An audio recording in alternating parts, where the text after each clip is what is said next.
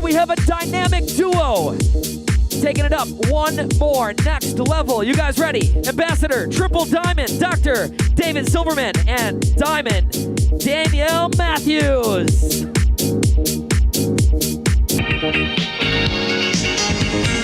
We are family. We are. Thank you. We are family. Get up, everybody, and sing.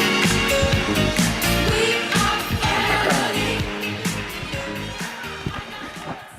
Well, we are thrilled to be here. And I'm looking at that clock. I got 20 minutes, and anybody that knows me knows that's going to be a big problem. I'm going to let her talk most of the time. This stuff is awesome. Not the Aquafina, what's in this bottle. How many people are drinking this already? Unbelievable. Problem is, I'm standing back there, and then I have to. I'm like, I drank too much. I run to the bathroom. They're like, you're going to be late.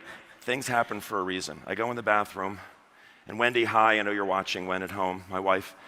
She would have killed me. My fly was open. It's a good thing I went into the bathroom. Let me put this down. All right, 20 minutes.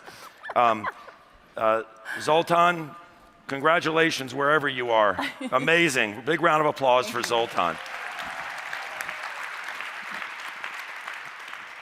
I mean, being business builder, you can hear how humble he is, but he is a coach. And that's kind of what we're going to be, part of what we're talking about today is being a coach.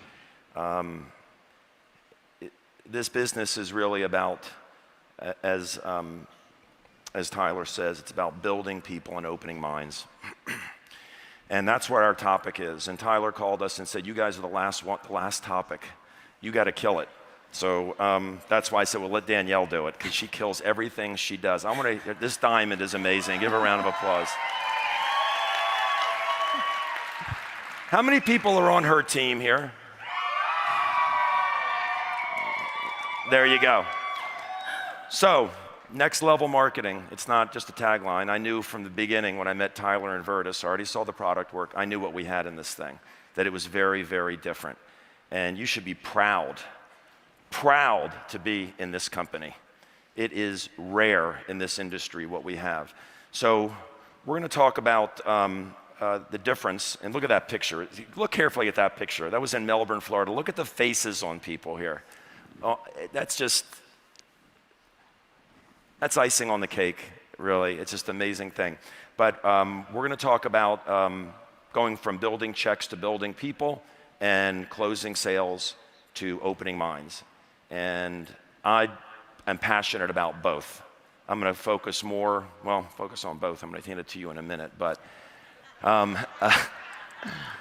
opening minds, okay? I got to get through this quick. Opening minds. I'm not reading the teleprompter because I never followed anyway. We open minds about a few things: the potential in people, the power of the product, and the opportunity. How many people have put the gel 3 times in 5 minutes on someone who's hurting? Right? Is that the most amazing, mind-opening thing you've ever seen? It's incredible that we can do that. So we want to open people's minds that they don't have to age and deteriorate, that there are options. They're just conditioned to believe that this is what happens to their grandmother, it happens to their grandfather, it happens to their parents, it happens to them, that we can live younger longer. We can feel younger longer, we can look younger longer, right? So we open people's minds about that. And that's pretty critical that we get good at doing that. But we're not about focusing on closing sales. You open minds and get people to investigate this, the sales happen, right? We also open people's minds that maybe there's a better way. You know, a lot of people live on this hamster wheel through their life. I did it as a doctor. I happen to love what I did, but I felt like I was on a hamster wheel. Like, I wanted more time freedom in my life. Would anybody like more time freedom in their life? Would anybody really like to be able to decide when you get up what you're going to do that day? It's unbelievable, guys, but people are conditioned to chase the money. They're chasing money. They have to, for security, benefits. This is most people do this. Most people do this. They live for the weekends. So we want to open people's minds up about this. So if you look real carefully at this, I love this. Just look at that for a second.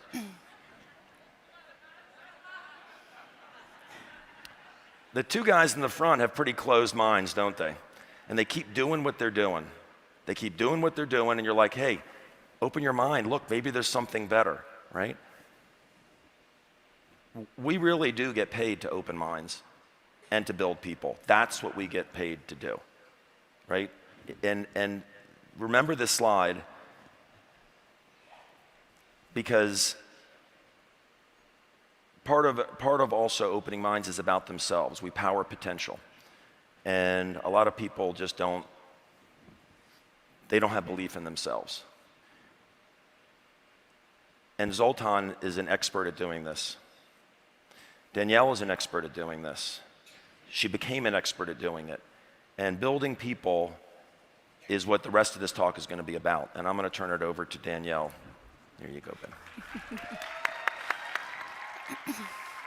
So how many of you were here last night and heard Terry Latham's talk?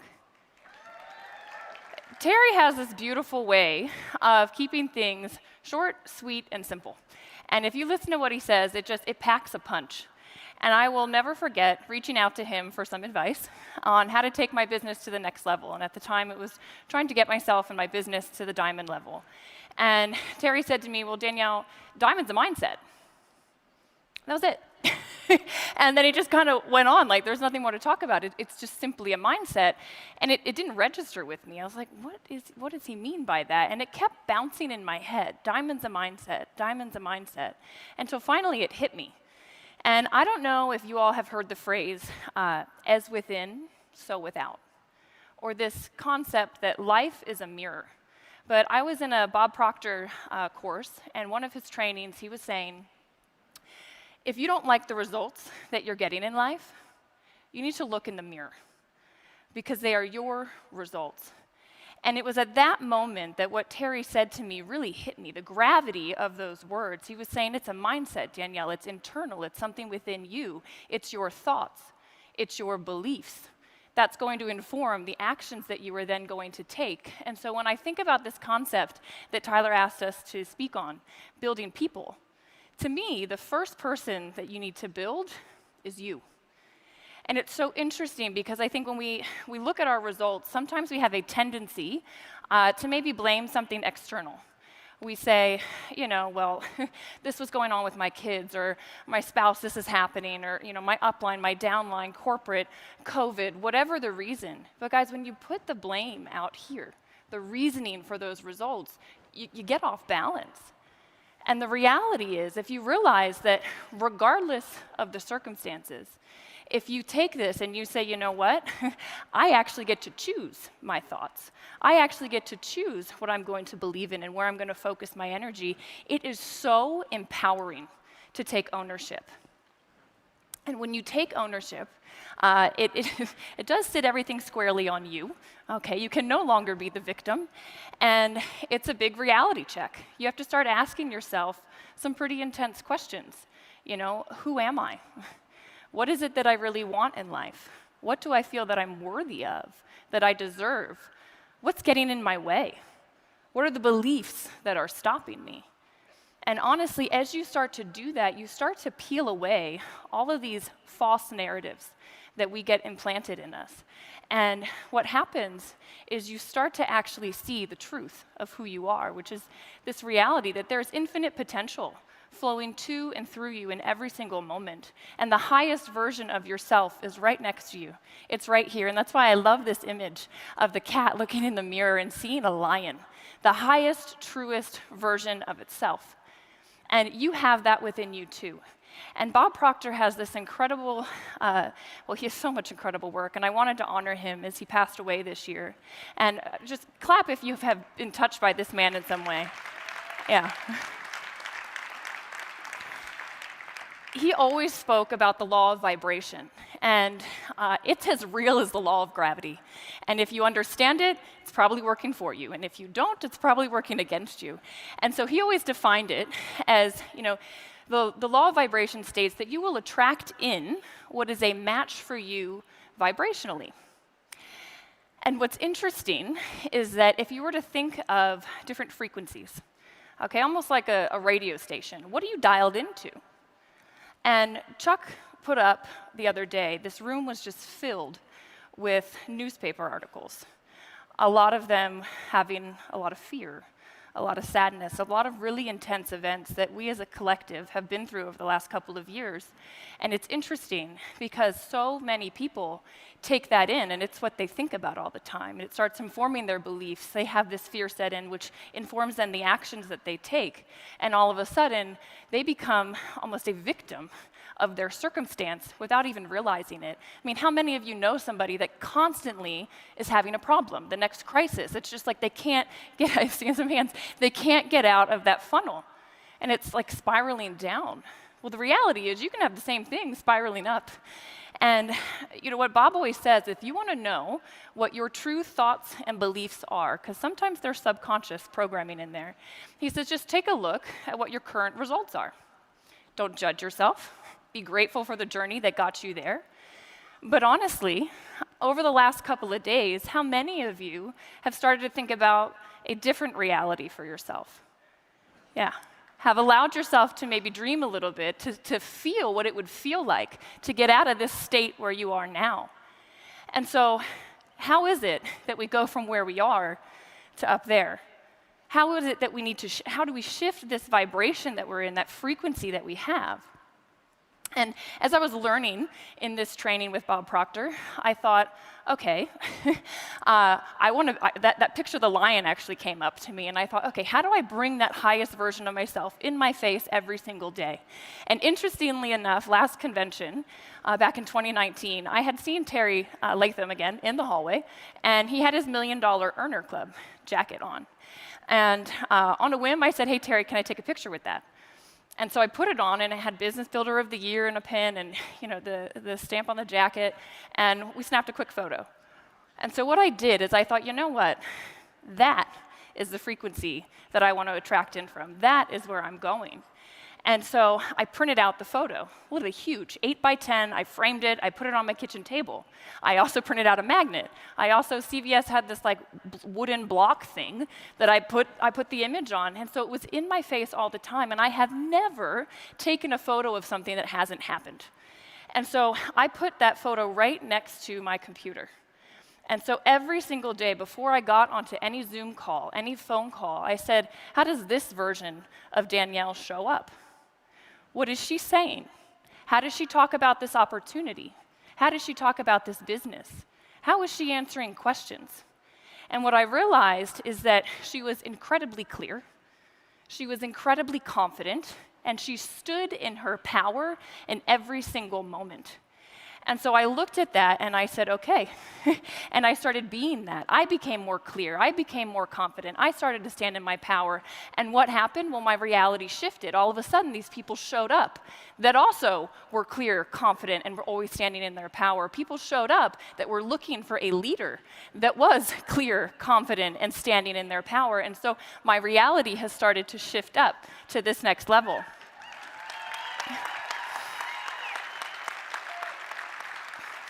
And so, guys, it comes from within you.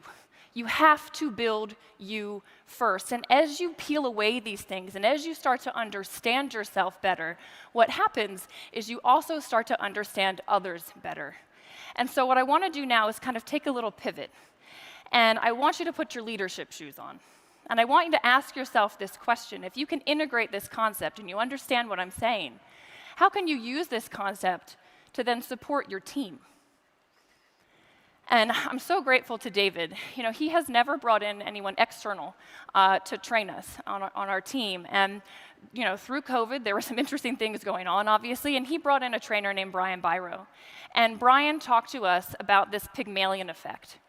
And simply stated, it says that our thoughts, beliefs, and expectations are magnetic. And so, David, I'm handing this back to you to dive deeper on that. Thank you. I should have. If I got the memo, I would have worn a green suit too, because we got green everywhere here. She's just an embodiment of this. You're looking at two people that needed their minds opened initially, right? I mean, You were not willing at the beginning with the product or the opportunity, and I wasn't either. So opening minds is a wonderful thing. It can change people's lives. But this Pygmalion effect is pretty cool. You heard Zoltan talking about coaches, right? We look in the mirror and we see certain things, and sometimes we can encourage people and say, I see something in you. And it can change everything. She'll probably give you an example in a minute, actually. But let me tell you what this effect is, because this is fascinating to me.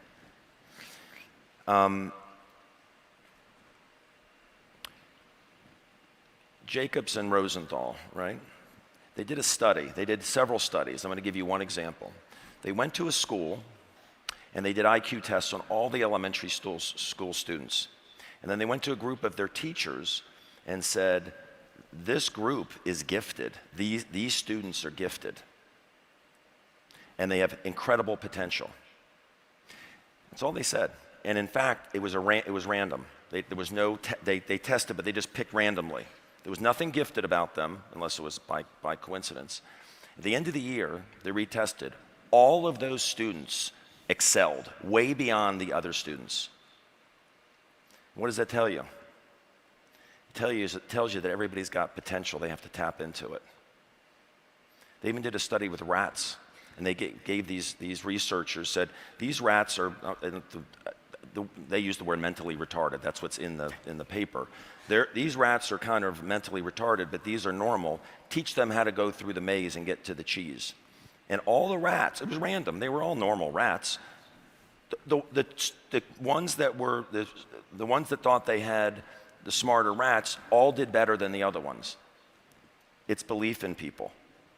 It's basically saying that, as you see at the bottom, someone believes in us, right? And it changes their actions. They encourage them more. They were encouraging the students more. They were encouraging the rats more. Just the encouragement.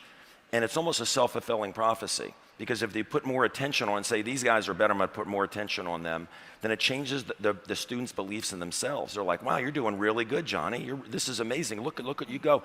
And it's encouragement. And that changes their actions. And it reinforces the coach's belief in that student. Well, instead of just once in a while doing that, look at your groups and encourage them. And have conversations. This really does. It makes a huge difference. And Danielle is a prime example of this, as I can tell you this because I've watched this, and I see it in many people in my group, many people. And sometimes it's me that makes the comment or encouragement, or it's somebody else. Yeah, Brian talked about this concept of being a positive Pygmalion, and I loved it. Because I look at everybody, each person, and we each have this seed of potential within us. And I moved out to the country, and we've been doing a lot of planting, and we have to be thinking about, how much sunlight is this area getting? What's the pH of the soil? How much are we going to be able to water it? Because that seed has to be in the right environment in order to grow. If it's not, nothing happens, right? It just sits there dormant, waiting. And I truly believe that ASEA is the best environment for this seed of potential within all of us to be able to grow. And in order to do that, we have to be surrounded by these positive Pygmalions, by people that are giving us the right environment, that are literally watering our potential on a daily basis. And I'll never forget, I believe it was my second convention. I was in a room much like this. It had kind of emptied out. I was walking out, and I ran into Alan Noble. And Alan said to me, he said, Danielle, I don't say this to many people. You have what it takes. You're going all the way. And, I had thought it at the time, but, it was very new to everything. But I swear it was like something within me. It took root at a deeper level. And that has been a constant thing. Tyler Norton, when we were in Nashville, out dancing on the floor, he came up to me and he said, Danielle, I want you to know I look at you as equal to the Trish Swinklers in ASEA. He said, you have everything it takes to take this wherever you want to go. And again, it's just this concept to me. And so it has been part of what has brought me to where I am in my journey. And I turn around and I do the same thing with my team. And I was so proud of Natasha Perry today because she, maybe you were in the Build to Bronze, yes, training. But Natasha, what she didn't share earlier today was that she'd gotten a phone call before that 90-day run where she had lost her job. Six-figure income, just came into work one day and they said, you're terminated. And I got a phone call. And I had to sit here and look at Natasha, and this literally is the image I saw. I thought, well, your seed was lying dormant there, Natasha. They didn't see your potential. That was not the right environment for you, so of course the door closed because there's something more for you. And I said, Natasha, this is it. If you apply yourself here, you will soar. And she has already started to do that. And it's been such a pleasure watching that journey and knowing that maybe I had some tiny part of that happening. And so, guys, as leaders, keep shining your light. Keep being that positive Pygmalion. You do not want to get pulled down into the fear, the intensity. It could have very easily been a woe for me party that I had with Natasha, but I refused to. I shined the light on the potential and where I knew, like a magnet, I could draw her. And so, David, do you want to give some last thoughts before we wrap up? No, I'm going to skip my last cost because we're over. So I just want to, with that slide, I just want to thank Virtus so much for so much. It's amazing.